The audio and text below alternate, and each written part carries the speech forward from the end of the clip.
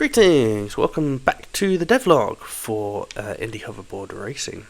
So, main bits that I've been covering this week. First, I added the ability to attack using a sword while on the weapon. If you've ever played Zelda Twilight Princess, that was the kind of vibe that I'm going for. So if you are fighting with any other racers that are nearby, or anything like that, then you can attack them. I think in certain areas when you're actually on the board as well. So you can do this at any time. It's not just when you've got a time skip going on. And so it will do it for a set amount of time, and then if you don't attack, then it will just automatically put it away without you having to do anything. Another similar kind of change is if you attack and you have a weapon equipped, it will automatically unsheath your weapon, and if you hold down L, then you'll go into I think it's called strafe mode, where essentially move the character to the side so they can see what's in front of them, and we will always face the direction that the camera moves in. It's just quite a nice change, and it'll also mean that the player's ready if anyone comes to attack them. So if someone came to attack me now, if I as they attack, I defend, then I'll go into block mode, and if I just hold it down, then I will just block the attack, which uses up stamina, but also reduces the amount of damage. So I think it reduces it by about 90%. So it's quite rewarding. That was the goal. Oh, seem to be stuck here. I'm not quite sure what's going on. These bridges are a little bit tricky.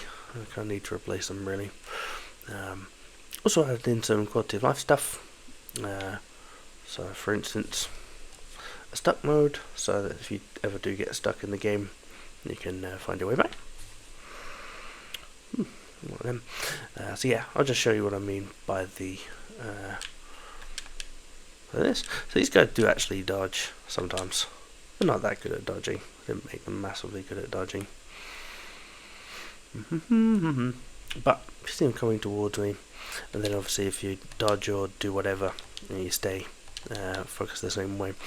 One small change I have made. I'm going to switch to keyboard now. And so firstly, it's tabbed. So whereas on controller you have to hold it down, on keyboard it's actually tabbed, so it will automatically stay there. The other change is whereas on controller you're much more locked into a particular direction, you can actually face this way even though you're targeting on keyboard. So for controller, the main reason for this was just to make it so that it feels helpful to the player, rather than kind of any sort of hindrance or whatever. Whereas on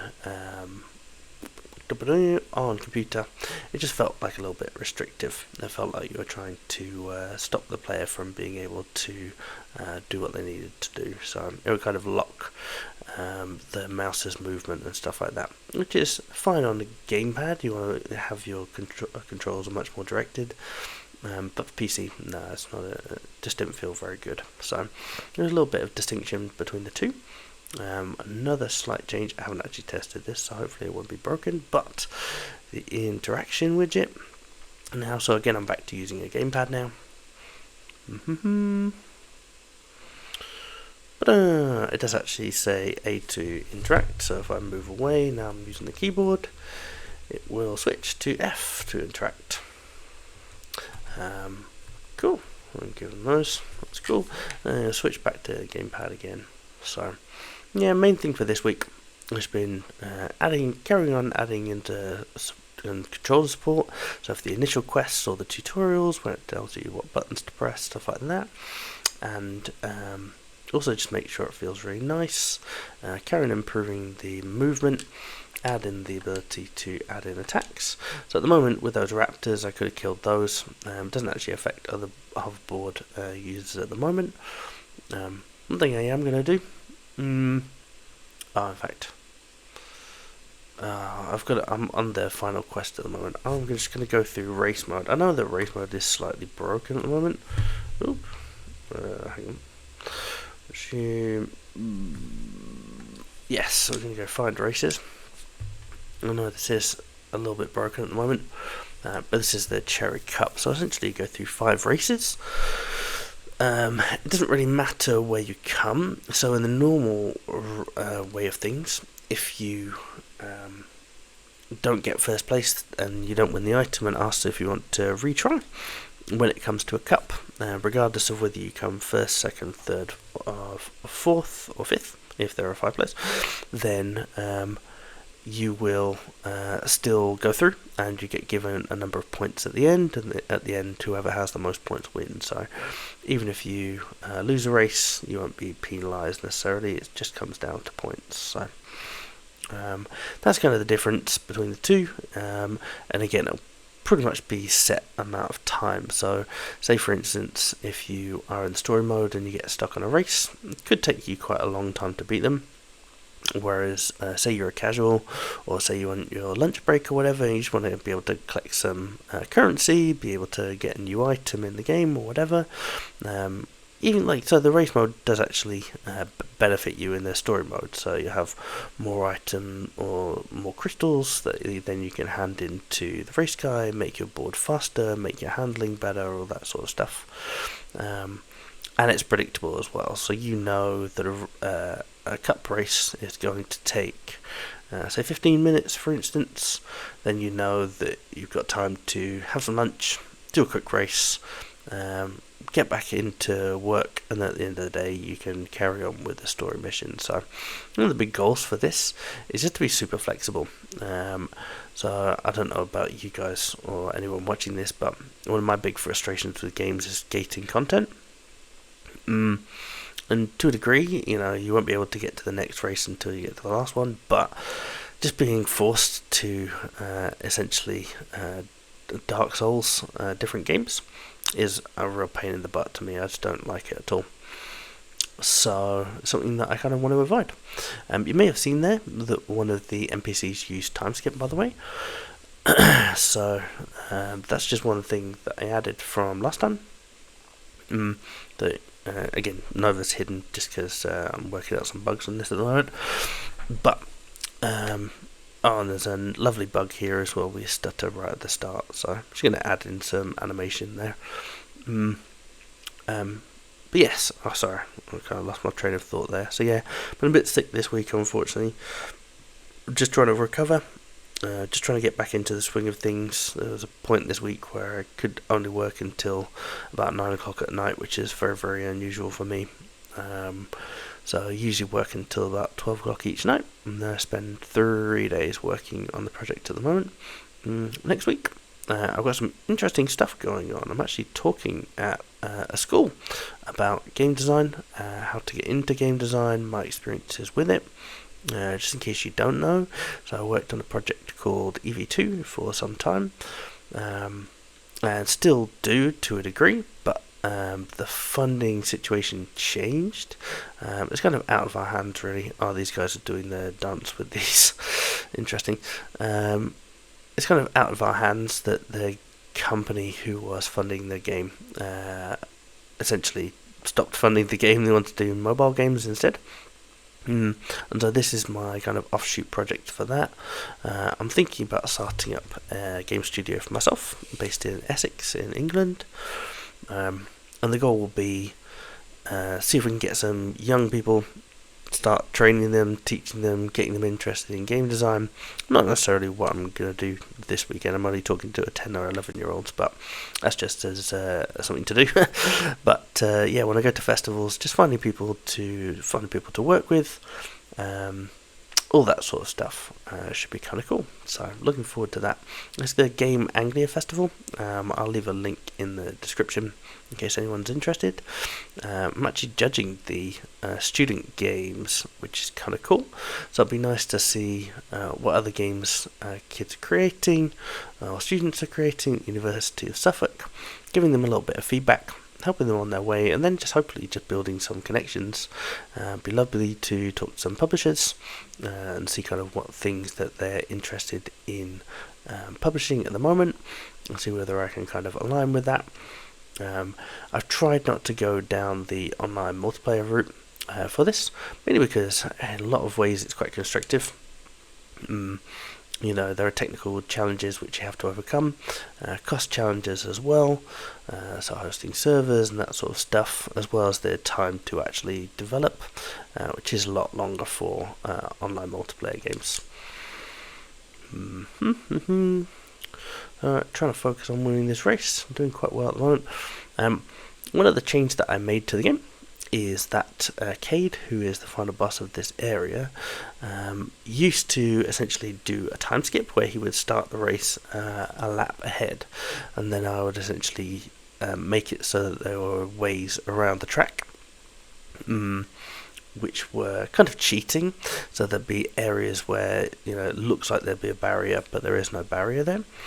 And that was cool, it was good, but it just meant that actually you didn't get to see a lot of the track. So on balance, I took that out. It might be something that I return to later on, and again, it might be that I want to reward the player's ingenuity, potentially just testing different areas with attacks and things like that. And that's kind of what we'll use to decide about shortcuts. Also, one of the maps I put grind rails and stuff into. So if you manage to hit a grind rail, they're fairly difficult to hit actually. But if you do manage to hit a grind rail, then you get a shortcut, stuff like that. Player 1 use time skip. Okay, fair enough. Gosh, a bit difficult right now. But yeah, so I'm just kind of working through things. The goal for right now is just to see whether we can talk to some publishers. So I just want to have a nice, really playable and easy to play demo, which kind of showcases everything. So not just the racing, but also features a lot of the combat elements as well. I'd love to have bosses involved too. We've actually got quite a cool idea. I'm not sure exactly whether it would work just yet. I'm going to kind of keep it under my chest for now. Under my hat rather, not on my chest. But yes, I do have quite a nice idea for the progression in the game. If we call it a coming of age story, it might give you some sort of clue. Yes, I got him. Cool, so that would be nice, and again, it would be a little bit of a callback to one of my favourite games, Ocarina of Time, which I've actually been playing in HD. There's a Ship of Harkinian version that I found online, and I definitely recommend. I've been playing it with my son, who is 4 years old, and he's been having a blast, so definitely recommend it. It's lovely just to see it all kind of redone in HD. I follow a project by Cryogenics as well, who's remaking Ocarina of Time and Unreal 5, has been doing for quite some years now. I think that one's probably not going to be released for some time, but hopefully it doesn't get taken down by Nintendo, because that would suck. Anyway, so here we have Cade, who rather than just doing a time skip, we actually give him so he starts off he doesn't necessarily start off with it. So if we are running this race, then essentially what I do is just give him time skips periodically. So you have a timer in the background. There we go, hit him there. But have a timer in the background that essentially waits a randomized period of time, somewhere between 10 and 15 seconds, something like that. And then we'll carry on giving him time skips so that he can catch up. It does make this race a little bit more challenging actually. That's one thing I've noticed. But there we go. That's kind of what we want from the game really. As you can see, he's got quite a lead at the moment. We'll see. I think there is a bug where it's actually saying that other people are using time skips when it's actually him, so that's just one I need to resolve. But yes, if he actually uses it, he doesn't even tend to use them all that much unless he's behind. So yeah, kind of interesting. Just going to leave some bits on the ground there, because the NPCs usually run over them, so hopefully Cade will be one of those NPCs. Still got one left. Yeah, so all this bit before was kind of just being skipped for the sake of moving fast. I do like this track, just the verticality of it. So you go up at the top, then you're down at the bottom, and you kind of do a bit of a figure of 8 down here. Seems to work kind of well, so Is he going to get caught out? That's the question. Only chance now. Another reason for wanting to do this race is that I'm going to be working on their music this week. I've actually found a website where they essentially just you can buy loops, just like chilled out loops, and create music programmatically rather than having to buy music. I do actually have a friend who does music stuff, but I don't know whether he's able to work on things right now. He's got 2 small children, so anything I can do just to make it feel nice and polished without having to rely on other people at the moment is probably a good thing.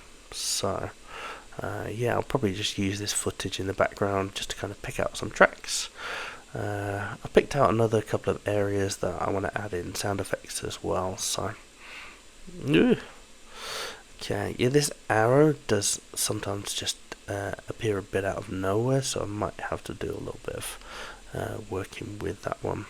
It does the job, but yeah, I think it can be improved. Cool, so you can see that even though we didn't get top, we still came first in number of points. There'll be some logic after this just to give the player some actual reward, so I'd reward them with a cup, which would then unlock the next cup and so on. So just going through the process at the moment, as I say, I've just, doing a whole bunch of things really. Ooh, oh, don't know what was happening there. Oh, interesting. So I'm pressing backwards. It's going forwards. That's interesting. Might have to take a look at that one. Cool. In any case, thank you very much. Development continues. I'm still aiming to have the project complete in 2027. That would be really nice. How realistic that is, I do not know really. But I'm going to give it my best shot.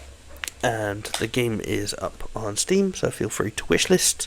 I think I have 14 people wishlisting so far, so if you're one of those 14 people, thank you very much, and thank you very much for watching this video, and all the best. Cool, bye.